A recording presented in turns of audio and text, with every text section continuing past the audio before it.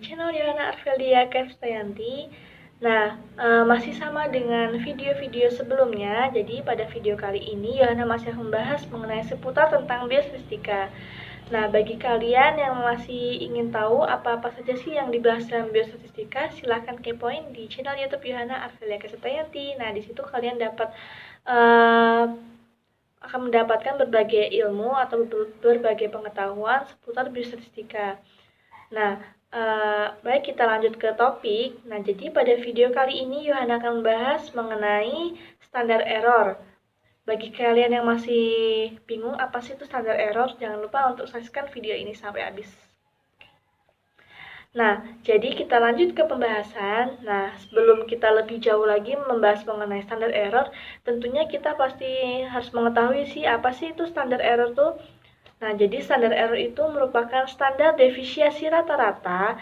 Nah, bila kita mempunyai beberapa kelompok data, misalnya nih 3 kelompok, maka kita akan mempunyai 3 buah nilai rata-rata. Jadi kalau misalnya kalian punya kelompok datanya 2, ya berarti nilai rata-ratanya juga 2, seperti itu. Nah, terus bila kita hitung nilai standar deviasi dari nilai rata-rata tersebut, disebut nilai standar error. Nah, jadi ketika kita sudah menghitung nilai standar deviasi dari nilai rata-rata kelompok tersebut itu, maka kita akan memperoleh standar error tersebut. Nah, simbol standar error itu biasanya yang terdapat pada sampel itu biasanya disimbolkan dengan SE dengan huruf kapital. Nah, untuk rumusnya ada di bawah ini. Nah, secara teoritis, standar error adalah standar deviasi dari nilai rata-rata. Di sini ada contoh. Nah, misalnya nilai rata-rata ada 3 buah, yaitu 23 dan 25, 24 dan 25, dan 30. Nah, 30 ini sendirian, tidak ada pasangannya. Kan tadi yang pertama 23 pasangannya dengan 25. Nah, yang 24 ini pasangannya dengan 25, dan yang 30 ini sendirian, alias jomblo.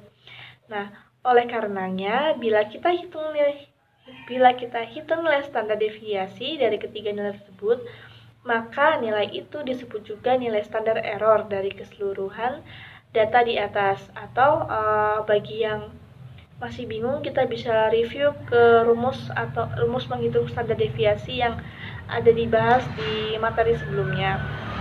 Nah, namun untuk keperluan praktis, maka perhitungan nilai standar error tidak dihitung dari nilai rata-ratanya, tetapi langsung dihitung dari keseluruhan data dengan rumus yang sudah ditampilkan tadi. Nah, jadi di sini dimaksudkan untuk mempersingkat waktu supaya kalian tidak lama, tidak repot. Jadi itu dalam menghitung nilai standar error itu tidak usah dihitung dari nilai rata-ratanya, tetapi langsung dihitung dari keseluruhan data. Nah, data yang punya kalian tersebut dihitung menggunakan rumus yang sudah Yohana tampilkan tadi, seperti itu. Nah, selanjutnya standar error. Di sini Yohana akan membahas mengenai central limit theorem. Apa sih itu? Nah, di sini jadi Yohana akan menjelaskan. Jadi teori statistik yang dimana jika diambil banyak sampel dari sebuah populasi dengan variasi data yang berhingga atau yang disebut dengan finity, mean dari sampel yang diambil pada populasi yang sama akan sesuai dengan mean populasi. Nah, central limit theorem ini juga menunjukkan bahwa semakin bertambahnya jumlah sampel yang diambil secara acak, maka distribusi kemungkinan letak nilai mean dari sampel tersebut akan mengikuti distribusi normal. Nah, di sini central limit itu ada beberapa sifat. Yang pertama ada rata-rata dari rata-rata sampel sama dengan rata-rata populasi atau yang disebut dengan atau yang dilambangkan dengan U. Pastikan tahu kan yang ada U terus ada garisnya sedikit. Nah, yang sifat yang kedua di sini ada standar deviasi dari rata-rata sampel sama dengan standar deviasi populasi atau yang disimbolkan dengan rho, yang ada huruf O terus ada melengkungnya sedikit di atasnya itu. Nah, dibagi dengan akar jumlah sampel atau dikenal dengan istilah standar error. Nah, jadi sifat yang kedua ini sama saja atau yang disebut juga sebagai standar error.